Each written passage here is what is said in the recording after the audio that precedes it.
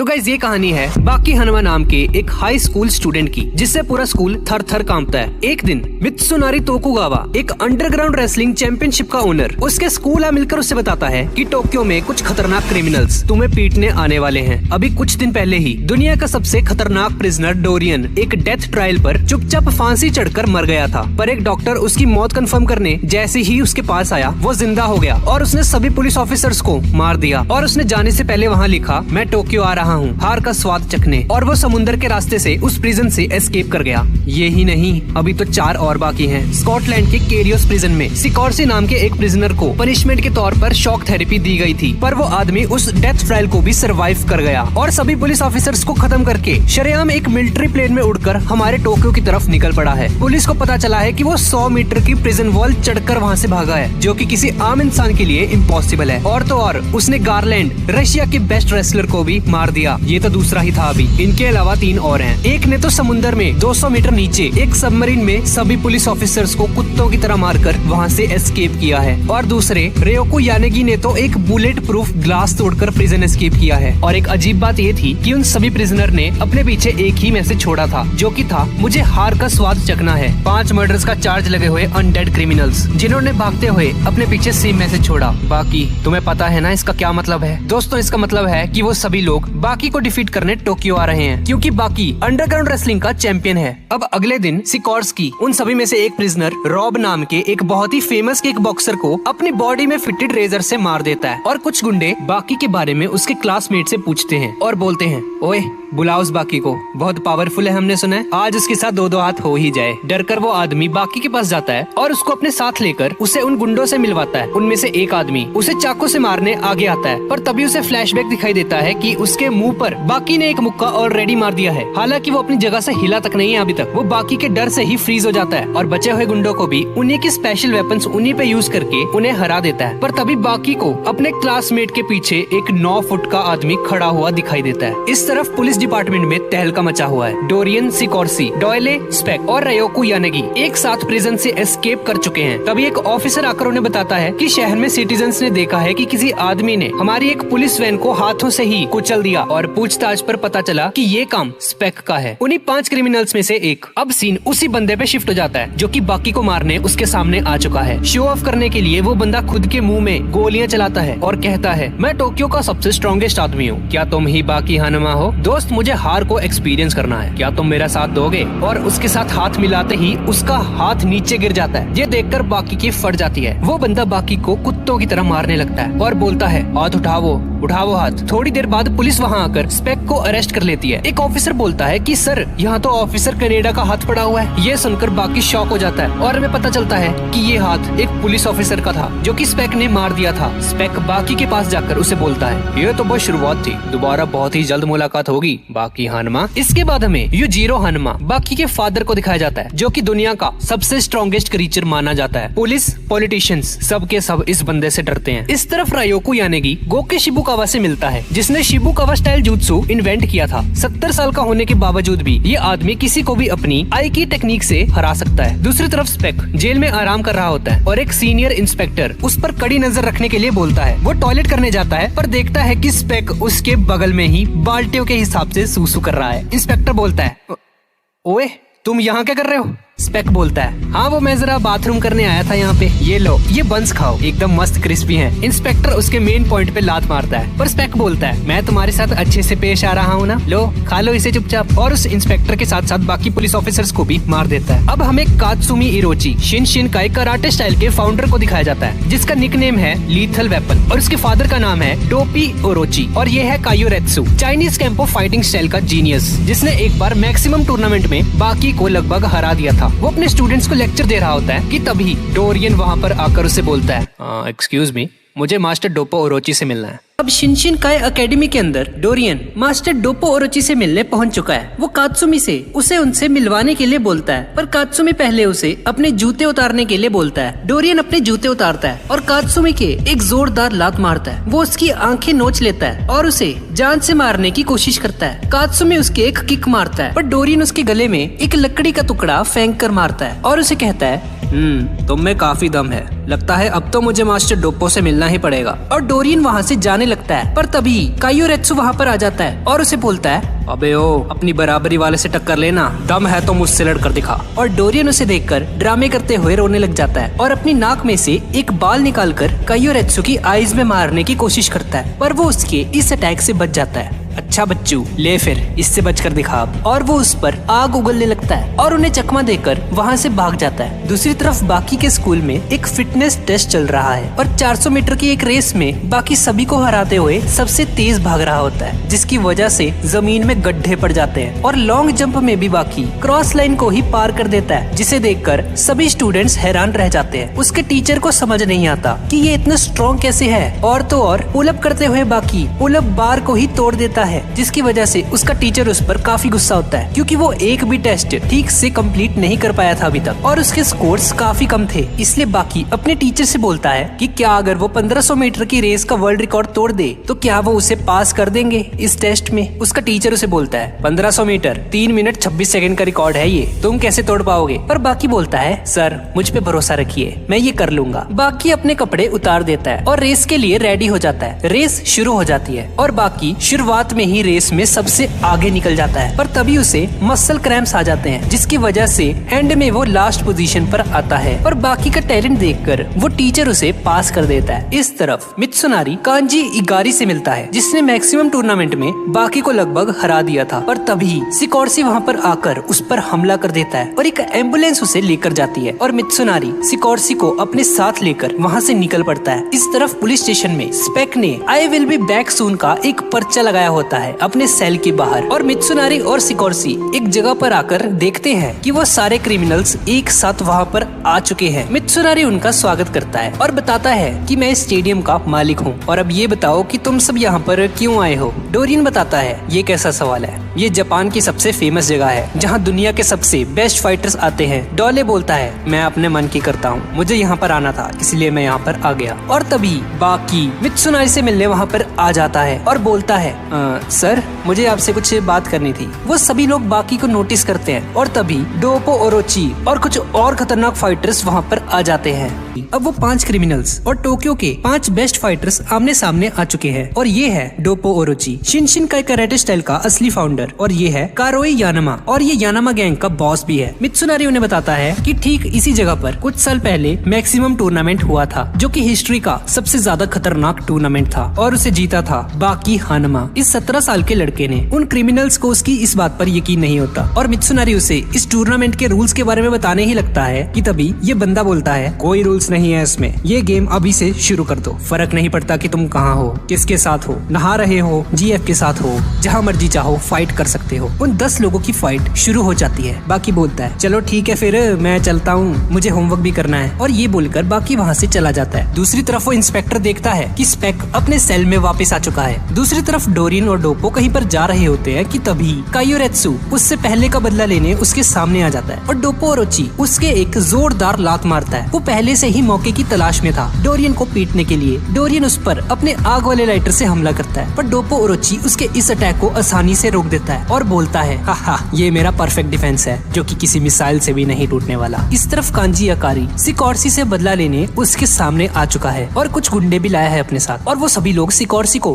पकड़ लेते हैं। वापस डोप्पो ओरोची की तरफ हम लोग देखते हैं कि डोरियन उसका हाथ एक धागे से काट देता है। दरअसल डोरियन के पास एक स्पेशल लाइटर होता है जिसमें एक मकड़ी के जाले से भी ज्यादा पतला और नायलॉन से भी ज्यादा स्ट्रॉन्ग धागा निकलता है। डोरियन बोलता है, ये धागा साइंस के नजरिए से एक चमत्कार है, बहुत पहले से मैजिशियंस भी ऐसे ही धागे यूज करते हैं अपने ट्रिक्स के लिए। और ओरोची समझ जाता है कि जब उसने उसकी किक मारी थी पहले, तभी उसने मौके का फायदा उठाकर वो धागा उसके हाथ में डाल दिया था। पर ओरोची को इसकी आदत थी। दरअसल ट्रेनिंग के दौरान उसका हाथ बहुत बार टूट चुका था और तभी वो उसके मुंह पर एक जोरदार मुक्का मार देता है और डोरियन नीचे जमीन पर गिर जाता है। इस तरफ कांजी और उसके दोस्त सिकोर्सी को मारने का कोई प्लान बना रहे होते हैं। कांजी उसे 5 गोलियां मारता है, पर इससे उसे कुछ भी नहीं होता। वो उसके साथियों को मार देता है और कांजी सरेंडर कर देता है और कहता है, प्लीज मुझे जाने दो, पर सिकोर्सी उसकी बात नहीं मानता और एक जिम रॉड और कुछ डंबल्स उठाकर उसके मारने लग जाता है, जिसकी वजह से कांजी की मौत हो जाती है। अब सीन बाकी की तरफ शिफ्ट हो जाता है, जो कि अपनी गर्लफ्रेंड कोजुई मात्सुमोटो के साथ घूम रहा होता है। उस लड़की को पता होता है कि बाकी एक फाइटर है। वो दोनों आपस में बात कर रहे होते हैं कि तभी कुछ गुंडे उनका रास्ता रोक लेते हैं और बाकी से कहते हैं, ओए चुपचाप अपने सारे पैसे हमें दे दो,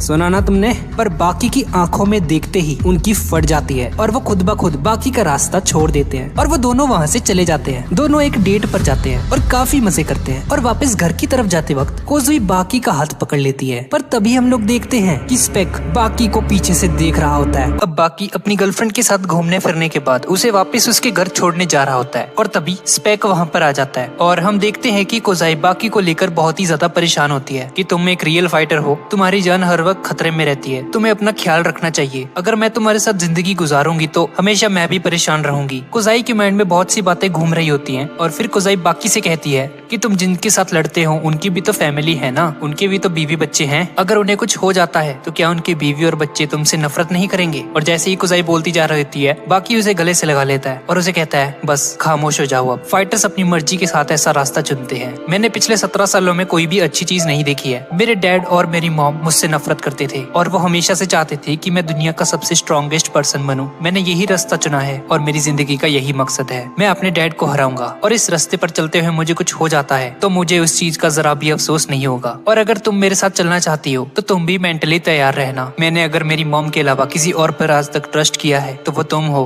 कोजाई। वो दोनों आपस में बात कर रहे होते हैं कि तभी स्पेक वहाँ पर आ जाता है और फिर वो जैसे ही बाकी पर अटैक करने वाला होता है तो बाकी घूर कर स्पेक की तरफ देखता है तो स्पेक वहीं पर खड़ा खड़ा मानो जम सा जाता है। लेकिन इसी दौरान हानायामा वहाँ पर पहुंच जाता है और वो स्पेक की जबड़े को पकड़ लेता है और उसे बाकी से दूर फेंक देता है। वो बाकी और कोजाई की जान बचा लेता है और कहता है, तुम्हारी लड़ाई मुझसे है, तुम बाकी से दूर रहो। और अब स्पेक और हानायामा की फाइट शुरू हो जाती है। स्पेक एक जोरदार लात हानायामा के मुंह पर मारता है, उसके नाक से खून निकलने लग जाता है और अब वो अपने कपड़े उतार देता है और हम देखते हैं कि यानाहामा के बैक पर एक बहुत ही मस्त सा टैटू होता है जिस पर कई तलवारों के निशान भी होते हैं। ये जो टैटू आप देख रहे हो ये यानाहामा फैमिली के लीडर्स का एक सिंबल है और ये टैटू सिर्फ वही इंसान बना सकता है जिसके पास बहुत ही ज्यादा स्ट्रेंथ होती है। और इस टैटू पर ये स्वॉर्ड के निशान तब आते हैं जब यानाहामा एक पूरी की पूरी गैंग के साथ अकेला ही फाइट करने पहुंच जाता है। और ये स्टोरी जानने के बाद उन दोनों के बीच में फाइट शुरू हो जाती है। स्पेक अपने हाथ में आने वाली हर चीज के जरिए हानायामा पर हमला करना शुरू कर देता है। कभी वो यानाहामा का जूता पकड़कर उस पर अटैक करता है और कभी वो बेंचेस को उठाकर हानायामा की बैक पर मारने की कोशिश करता है। पर इन छोटी मोटी चोटों का हानायामा पर कुछ ज्यादा असर नहीं होता और वो अपने फाइटिंग स्टांस को अपना लेता है। ये देखकर स्पेक भी काफी ज्यादा एक्साइटेड हो जाता है और कहता है, बहुत खूब, काफी अरसा गुजर चुका है, एक स्ट्रॉन्ग ओपोनेंट मिले। इतने सालों के बाद कोई ताकतवर ओपोनेंट मुझे मिला है। तुम तो स्टैचू ऑफ लिबर्टी की तरह आराम से खड़े हो गए हो, जैसा हाल मैंने स्टैचू ऑफ लिबर्टी का किया था। दरअसल स्पेक ने अभी थोड़ी देर पहले ही स्टैचू ऑफ लिबर्टी को तोड़ दिया था, जिसे लोग अभी बहुत ही मुश्किल से दोबारा से वापस जोड़ने की कोशिश कर रहे हैं। बिल्कुल वैसा ही हाल अब मैं दोबारा करने वाला हूँ। और ये कहते ही स्पेक बिना सांस लिए एक के बाद एक खतरनाक अटैक करना शुरू कर देता है उस पर। वो लगातार उस पर मुक्के बरसा रहा होता है। स्पेक अपनी सांस को 5 मिनट से भी ज्यादा के लिए रोक सकता था, इसलिए वो बिना सांस लिए उस पर लगातार अटैक्स कर पाता है। पर हानायामा की स्ट्रेंथ भी कम नहीं थी, उसकी स्ट्रेंथ आम लोगों से कई ज्यादा होती है, इसलिए वो अपने दोनों हाथ आगे करके स्पेक के सारे पंचेस को ब्लॉक कर रहा होता है। और फिर जैसे ही हानायामा को रियलाइज होता है कि स्पेक के पंचेस की ताकत थोड़ी सी धीमे पड़ने लगी है, वो इस मौके का फायदा उठाकर आधे सेकंड के अंदर ही एक जोरदार पंच स्पेक के मुंह पर मारता है। ये इतना खतरनाक पंच होता है कि उसके मुंह पर पड़ते ही वो दूर जाकर गिरता है। इस तरफ पुलिस को दिखाया जाता है जो कि स्पेक की वजह से बहुत ही ज्यादा परेशान होते हैं और कहते हैं, अरे यार, ये स्पेक ने तो हमारे जेल को जैसे होटल समझ लिया है, जब मर्जी आता है जब मर्जी जाता है, क्या है ये। और रात गुजारने के बाद यहाँ से चला जाता है। हमने उसे मारने की हर मुमकिन कोशिश की है पर हमारी गोलियां भी उसके सामने फेल हो चुकी हैं, पर कोई बात नहीं, अब अगली बार जब वो आएगा ना तब देखना, बहुत ही खतरनाक तरीके से मारने वाला हूँ मैं उसे। दूसरी तरफ हानायामा स्पेक के मुंह पर एक के बाद एक जोरदार गुस्से बरसा रहा होता है और वह स्पेक से पूछता है, हाँ भी आगे स्वाद, तुम्हें हार का मजा चखना था ना, लो मजा आ रहा है अब। हानायामा के पंचेस को बर्दाश्त करने की ताकत तो किसी में भी नहीं होती है, इसलिए स्पेक की हालत धीरे धीरे खराब होने लग जाती है और फिर अचानक से ही स्पेक हार मान लेता है। हानायामा ये देखकर काफी ज्यादा हैरान हो जाता है कि ये इतनी आसानी से कैसे अपनी डिफीट मान ली। पर हमें पता चलता है कि ये स्पेक की एक चाल थी। दरअसल उसके हाथ में 6 कारतूस होते हैं जिसे वो हानायामा के मुंह में डालकर उसका मुंह बंद कर देता है, जिसकी वजह से वो गोलियां फट जाती हैं और हानायामा का जबड़ा तकरीबन आधा टूट चुका होता है उस धमाके की वजह से और अब वो बहुत ही ज्यादा बुरी हालत में होता है। पर हानायामा नीचे गिरने से पहले स्पेक के मुंह पर एक जोरदार पंच मार देता है और और इस फाइट का विनर हानायामा निकलता है। दूसरी तरफ पुलिस देखते हैं कि हानायामा ने स्पेक को बुरी तरह से पीट दिया है और उसे कॉलर से पकड़ रखा है। पुलिस हानायामा का शुक्रिया अदा करती है कि तुमने इतने खतरनाक क्रिमिनल को पकड़ लिया है। पुलिस हानायामा को पहले से ही जानती थी, इसलिए वो उसकी काफी रिस्पेक्ट भी करते थे और उसे जाने देती है। और जैसे ही हानायामा वहाँ से जाने लगता है और स्पेक को गिरफ्तार करने के बाद उसे पुलिस की गाड़ी में बिठाया जाता है, तो स्पेक पुलिस वालों पर अटैक कर देता है और देखते ही देखते उन सभी पुलिस ऑफिसर्स को मार देता है। और फिर वो सभी पुलिस ऑफिसर्स को मारकर पुलिस की गाड़ी को अपने हाथों में उठा लेता है और हानायामा पर गिरा देता है और एक रॉड के जरिए हानायामा के फेस पर अटैक करने की कोशिश करता है और उसे मारते हुए कहता है, तुम्हारे पास मौका था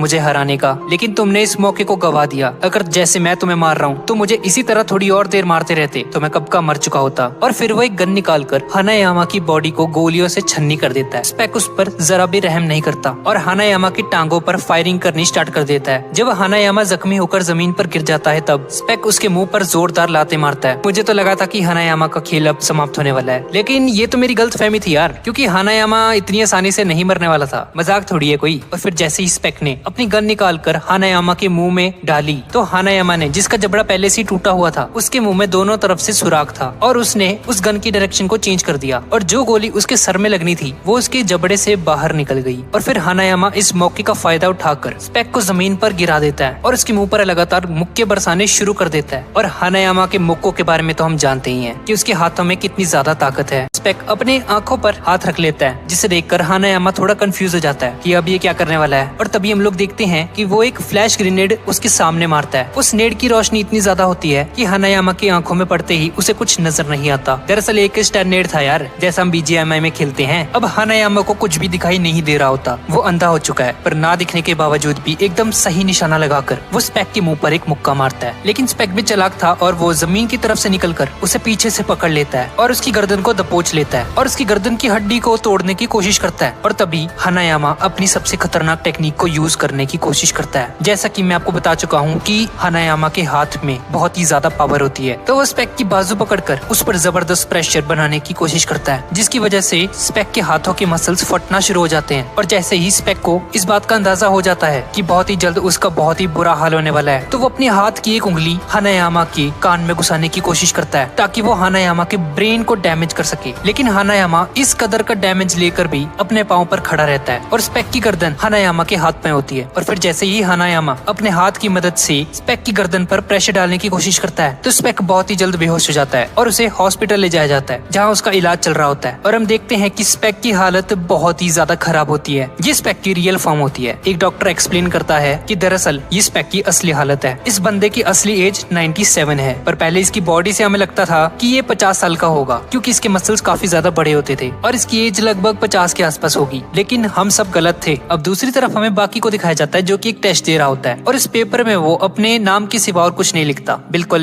मेरी तरह। और तभी बाकी का टीचर उसे समझाता है कि तुम्हें ठीक से स्टडी करनी चाहिए। मैं जानता हूँ कि तुम फिजिकल टेस्ट में सबसे ज्यादा नंबर लेकर आए हो, पर सिर्फ बॉडी बनाने से कुछ नहीं होगा। इंसानों ने जितनी भी तरक्की की है वो अपनी बॉडी से नहीं बल्कि अपने दिमाग से की है। और तभी वो टीचर खिड़की की तरफ चला जाता है, जहाँ एक शख्स रनिंग ट्रैक से उनके स्कूल की तरफ ही आ रहा होता है। वो बंदा खिड़की तोड़कर बाकी के क्लासरूम में आ जाता है और उसे देखकर सभी लोग बहुत ही ज्यादा शॉक हो जाते हैं। उस टीचर को अपनी आंखों पर यकीन नहीं आता कि ये बंदा उड़ कैसे सकता है। और ये बंदा कोई और नहीं बल्कि उन 5 क्रिमिनल्स में से एक डॉयले था, जो कि मेरा फेवरेट है। और वो बाकी से कहता है कि भाई ये टीचर तुम्हें इतना कुछ बोल गया, अगर मैं तुम्हारी जगह होता ना तो भाई मैं ना सहता। इसके मुंह पे एक जोरदार पंच मार देता। उस टीचर के मुंह पर एक जोरदार पंच मार देता है। ये देखकर बाकी रोने का नाटक करने लगता है और बोलता है मुझे तो डर लग रहा है, प्लीज मुझे छोड़ दो, मुझे कुछ मत करना, तुम तो बहुत ही ज्यादा ताकतवर हो, क्या तुम मुझे मारने आए हो। और इससे पहले कि डॉयले बाकी लोगों पर अटैक करता, बाकी एक जोरदार किक डॉयले के मुंह पर मारता है और इन दोनों के बीच फाइट शुरू हो जाती है। डॉयले एक चाकू निकाल लेता है और लड़ने के लिए तैयार हो जाता है और कहता है बहुत खूब, तुम सिर्फ 17 साल के हो लेकिन हर खतरे को भांप लेते हो, तुम जानते हो कि तुम्हारा दुश्मन कितना ताकतवर है और उसके साथ कैसे फाइट करनी है। लेकिन बाकी डॉयले की बातों पर ध्यान नहीं देता और क्लासरूम की खिड़की से जंप मारकर नीचे आ जाता है। उसके भागने का पर्पस सिर्फ यही होता है कि उसकी क्लास वालों को ये पता ना चल जाए कि वो एक अंडरग्राउंड रेसलर है, क्योंकि अगर उन लोगों को पता चल गया पूरा का पूरा स्कूल उससे डरने लगेगा। और जैसे ही बाकी नीचे पहुंचता है, बाकी एक माली के पास से गुजरता है जो कि कुछ पत्तों को काट रहा होता है या फिर कहूँ तो नाटक कर रहा होता है। और जैसे ही बाकी उसे गुड मॉर्निंग कहता है तो वो बंदा बाकी पर अपनी कुल्हाड़ी से अटैक कर देता है। दरअसल ये कोई माली नहीं, ये यानागी है, उन्हीं 5 क्रिमिनल्स में से एक और इन सभी में से सबसे ज्यादा खतरनाक है। और फिर देखते ही देखते यानागी अपने हाथ में मौजूद उन वेपन्स को घुमाना शुरू कर देता है। वो एक ननचक्कू की तरह वेपन होता है और उसके दोनों सिरों पर कांटों की तरह तेज कुल्हाड़ियां लटकी होती हैं। अगर वो वेपन बाकी की बॉडी से टकरा गया तो वो उसकी बॉडी को चीर डालेगा और फिर वो अपने वेपन को घुमाता हुआ, जो कि एक चैन के साथ बंधा होता है, उसे जमीन पर गिरे हुए एक पत्थर की तरफ टकराता है। और वो पत्थर इतनी स्पीड से बाकी की तरफ आता है कि बाकी उसे ठीक से देख तक नहीं पाता, लेकिन किसी न किसी तरीके से उसे डॉज कर लेता है। बाकी को अंदाजा हो जाता है कि उसकी जान भी खतरे में है और यानागी एक के बाद एक अटैक करना उस पर शुरू कर देता है और बाकी को उसके अटैक्स को डॉज करने में काफी ज्यादा मुश्किल आती है। और यानागी बाकी की तारीफ करते हुए कहता है, तुम्हारी आंखें काफी तेज हैं। हालांकि मैंने अपने हथियार को एक रस्सी की चेन के साथ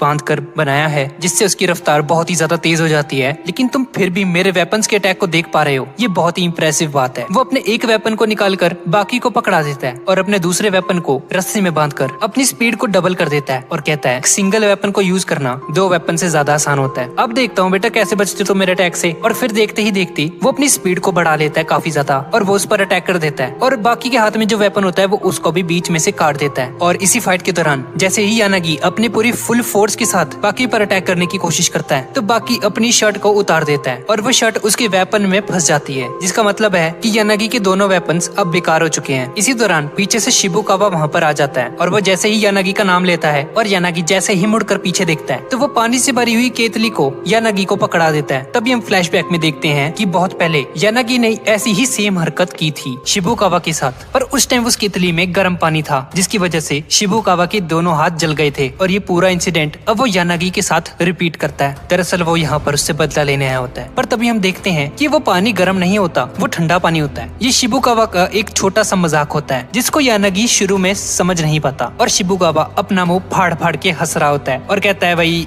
मजा आ गया भाई आज तो। लेकिन शिबुकावा अपनी अटैक को यूज करते हुए यानागी के वेट और उसकी फोर्स को उसी के खिलाफ यूज कर देता है और उसे जमीन पर पटक देता है। ये देखकर बाकी का मुंह खुला का खुला रह जाता है, पर यानागी भी इतनी आसानी से हार नहीं मानने वाला होता और शिबुकावा काफी जख्मी हो जाता है। अब यानागी के हाथ में हम एक ऐसा वेपन देखते हैं जो कि किसी शेर के पंजे जैसा होता है और फिर शिबुकावा बाकी से कहता है, लगता है हम दोनों को मिलकर इससे फाइट करनी होगी, क्योंकि जब ये टूर्नामेंट स्टार्ट हुआ था तो हमने डिसाइड किया था कि इसका कोई रूल नहीं है। ये कहते ही शिबुकावा, जिसके हाथ से खून बह रहा होता है, यानागी के मुंह पर खून के छींटे फेंक देता है जो कि सीधा जाकर उसकी आंखों में गिरते हैं और वो थोड़ी देर के लिए अंधा हो जाता है। शिबुकावा इस मौके का फायदा उठाता है और अटैक कर देता है और वो बाकी को भी कहता है, ओए तुम भी मेरी मदद करो। वो दोनों मिलकर उससे फाइट करते हैं। यानागी धीरे धीरे कमजोर पड़ रहा होता है पर वो जरा भी नहीं घबराता। बाकी यानागी के पेट पर एक जोरदार किक मारता है, अपनी हिप्नोटाइज करने वाली एबिलिटी का यूज करता है और बाकी का नाम पुकारता है और उससे पूछता है, बाकी दुनिया की सबसे खतरनाक गैस कौन सी है? मेरी बातों पर ध्यान दो बाकी। बाकी धीरे धीरे उसकी बातों में गुम होने लगता है। उसे कुछ भी समझ नहीं आ रहा होता कि ये क्या हो रहा है उसके साथ। वो उसके माइंड को हिप्नोटाइज कर रहा होता है और चलते चलते यानागी बाकी के बहुत ज्यादा करीब पहुंच जाता है। शिबुकावा उसे बोलता है, ओए स्नैप आउट ऑफ इट, क्या कर रहे हो ये? वो तुम्हें मार देगा, वो तुम्हारे पास आ रहा है बहुत ज्यादा। पर बाकी तो मानो किसी और ही दुनिया में होता है और यानागी इस मौके का फायदा उठाकर वो अपने गैस के हैंड को बाकी के नाक के पास आकर रख देता है, जिसकी वजह से बाकी बेहोश हो जाता है। उसकी आंखें खुली होती हैं और तभी दूसरी तरफ हम लोग देखते हैं कि एक सुमो रेसलर बेड पर लेटा हुआ होता है। दरअसल इस बंदे पर भी यानागी ने हमला किया था अपनी पॉइजनस गैस की मदद से, और क्योंकि सांस के जरिए जब कोई पॉइजनस गैस इनहेल की जाती है वो धीरे धीरे तुम्हारी पूरी बॉडी में फैलने लगती है और आप हिल डुल नहीं पाओगे। यही सेम चीज अभी बाकी के साथ हो रही थी। इसी टेक्निक की वजह से यानागी को ये टाइटल मिला था जो कि था द पॉइजनर। बाकी एकदम बेहोश पड़ा होता है और फिर यानागी बाकी से पूछे हुए सवाल का जवाब देते हुए कहता है, मैंने तुमसे पूछा था ना कि सबसे पॉइजनस गैस कौन सी है, तो वो होती है ऑक्सीजन, क्योंकि हवा में 24 घंटे ऑक्सीजन होती है। हर एक बंदा ऑक्सीजन को इनहेल करता है और अगर मैं इसी ऑक्सीजन को अपनी ताकत बना लूं तो मैं अपने ओपोनेंट को आसानी से हराने में कामयाब हो पाऊंगा। और ये सब बोलने के बाद वो बाकी को जगाकर वहाँ से फरार हो जाता है। मित्सुनारी अपने सभी फाइटर्स को बुलाता है और रज्ज की गालियां देता है उन्हें, और वो खास तौर पर बाकी से कहता है कि तुम यानागी से हार जाओगे, ये मैंने कभी सपने में भी नहीं सोचा था। बाकी मेरा नंबर 1 फाइटर बगैर किसी रूल के हार गया, मैं बहुत ज्यादा हैरान हूँ, मुझे तुमसे ये उम्मीद नहीं थी। और उन सभी की इंसल्ट करने के साथ साथ उनको मोटिवेट भी कर रहा होता है कि मार्शल आर्ट का ये मतलब नहीं है कि तुम सभी को एक अखाड़े में फाइट करनी है, बस ऐसा नहीं होता, तुम्हारा दुश्मन कहीं भी आ सकता है, तुम्हें हमेशा रेडी रहना चाहिए। ये सब सुनकर यानाहामा गुस्से में आ जाता है और टोकुगावा को कॉलर से पकड़ लेता है और उसे कहता है, ओ बुड्ढे अपनी बकवास बंद कर तू, ठीक है, ये हमें पता है। ये सुनकर टोकुगावा को भी गुस्सा आ जाता है और वो यानाहामा के मुंह पर एक पंच मार देता है और उसे कहता है, ओए नीचे उतार मुझे डरा रहे हो तुम, ओए नीचे उतार मुझे। वो रोते हुए से कह रहा होता है कि मुझे तुम्हारे हारने का सबसे ज्यादा अफसोस है, क्योंकि मैं सपने में भी नहीं सोच सकता था कि तुम या ना हमा उन फुद्दुओं से हार जाओगे। और खास तौर पर बाकी, तुम पर बहुत ज्यादा यकीन था मुझे, पर तुमने मेरी नाक कटा दी। बाकी ये सारी बातें सुन रहा होता है और उसे काफी गिल्टी महसूस होता है। बाकी वहाँ से जाने लगता है और फिर वो जैसे ही कमरे का दरवाजा खुलता है तो वो अपने सामने डोरियन को पाता है, जिसके हाथ में गैसोलीन होती है और हाथ में एक लाइटर। उसका प्लान होता है कि वो उन सभी फाइटर्स को एक ही जगह पर जला देगा, इस पहले कि वो गैसोलीन फेंक कर आग लगाता। तभी काटसुमी वहाँ पर पहुंच जाता है और उसके हाथ से वो लाइटर ले लेता है और डोरियन को नीचे गिराने के बाद वो सारा का सारा गैसोलीन डोरियन पर गिर जाता है। ये देखकर डोरियन थर थर कांप रहा होता है क्योंकि काटसुमी उसके ऊपर लाइटर लेकर बैठा होता है और एक चिंगारी पड़ते ही वो मर जाएगा। इसी वक्त डोरियन सोचता है कि ये काफी बदल चुका है पहले से। काटसुमी उसका मजाक उड़ाते हुए से कहता है, अरे डरो मत, मैं आग नहीं लगाऊंगा, वरना तुम में और मुझ में कोई फर्क थोड़ी रह जाएगा। मैं एक स्पोर्ट्समैन हूँ और मेरी स्पिरिट अभी जिंदा है। और तभी ये सब बोलते ही काटसुमी वो लाइटर डोरियन के ऊपर फेंक देता है और डोरियन की बॉडी पर आग लग जाती है और कहता है मैं तो मजाक कर रहा था, ये सब कुछ मैंने तुमसे ही सीखा है डोरियन। एक नंबर के लीचड़ हो तुम, तुम्हारे साथ कोई फेयर फाइट नहीं करने वाला मैं। डोपोरोची कहता है, शाबाश मेरे बेटे, बहुत ही बढ़िया काम किया तुमने। वैसे भी मार्शल आर्ट्स का मतलब जीतना ही होता है, चाहे उसके लिए हमें कुछ भी करना पड़े। और तभी डोरियन वापस से खड़ा हो जाता है। उसकी बॉडी अभी थोड़ी देर पहले जल रही होती है और वो जैसे ही होश में आता है उसके मुंह से बहुत बड़ी भाप निकल रही होती है। ऐसा लग रहा था कि उसने अपनी बॉडी पर लगी हुई सारी आग को एब्जॉर्ब कर लिया है और एक भाप के जरिए उसे धुएं में उड़ा दिया हो। डोरियन काफी ज्यादा एक्साइटेड हो जाता है और बोलता है, अभी अगला कौन है? और फिर डोपोरोची आगे बढ़कर कहता है, ऑफ कोर्स मैं लड़ूंगा तुमसे, अपने कटे हुए हाथ का बदला भी तो लेना है मुझे तुमसे। तभी कात्सुमी कहता है, अभी नहीं डैड, आपको भी मौका मिलेगा, पर उससे पहले मेरे टीचर इससे फाइट करना चाहते हैं, जिसका नाम कातो कियोसुमी होता है। और फिर देखते ही देखते वो डोरियन पर अटैक कर देता है। वो एक के बाद एक खतरनाक अटैक करता जाता है उस पर और वो डोरियन से कहता है, ओए तुम्हारी हिम्मत भी कैसे हुई एक लेजेंडरी मार्शल आर्ट के हाथ को काटने की? क्या तुम्हें शर्म नहीं आई? मेरी बात सुन भी रहे हो तुम? डोरियन उसकी बातों को इग्नोर कर रहा होता है। कात्सुमी बोलता है, लगता है तुम्हारे कान किसी काम के नहीं है, शायद तुम्हें ठीक से सुनाई नहीं देता है। चलो मैं तुम्हारी कान ही काट देता हूँ, सारा मसला ही खत्म हो जाएगा। और ये बोलते ही वो डोरियन के कानों को अपने हाथ से ही काट देता है। दरअसल उसके हाथ में एक बारीक सी स्ट्रिंग होती है, वो इस वेपन का यूज करता है उसके कान को काटने के लिए। डोपोरोची कहता है कि असल में कराटे क्या होते हैं मैं तुम्हें दिखाता हूँ। और ये बोलते ही वो एक जबरदस्त किक मारता है डोरियन के। वो तीनों आपस में बात कर रहे होते हैं कि तभी डोरियन इस मौके का फायदा उठाकर अपने उस इनविजिबल स्ट्रिंग के जरिए कात्सुमी और उसके टीचर को उस स्ट्रिंग से बांध देता है। और फिर वो जैसे ही उनके टुकड़े टुकड़े करने वाला होता है, डोपोरोची अपने हाथ की मदद से ही उस स्ट्रिंग को काट देता है। ये देखकर डोरियन हैरान हो जाता है कि मेरे पास दुनिया की सबसे स्ट्रॉन्ग और सबसे पतली स्ट्रिंग है और इस बंदे ने अपने हाथ से ही उसे तोड़ दिया। ये कैसे हो सकता है? ये स्ट्रिंग तो इतनी मजबूत है कि ये किसी हेलीकॉप्टर को भी रोक सकती है। तो इस बंदे ने कैसे इसे तोड़ डाला? और जैसा कि हमें पता है कि डोपोरोची के हाथ बहुत ही ज्यादा स्ट्रॉन्ग होते हैं, डोरियन अपने मुंह से एक ग्रेनेड निकालता है और ग्रेनेड की पिन फेंकते ही एक जोरदार धमाके के साथ वहाँ से गायब हो जाता है। पर इनसे उन लोगों को ज्यादा डैमेज नहीं होता और वो सभी लोग टोकुगावा की जान बचा लेते। और डोरियन एक पाइपलाइन की मदद से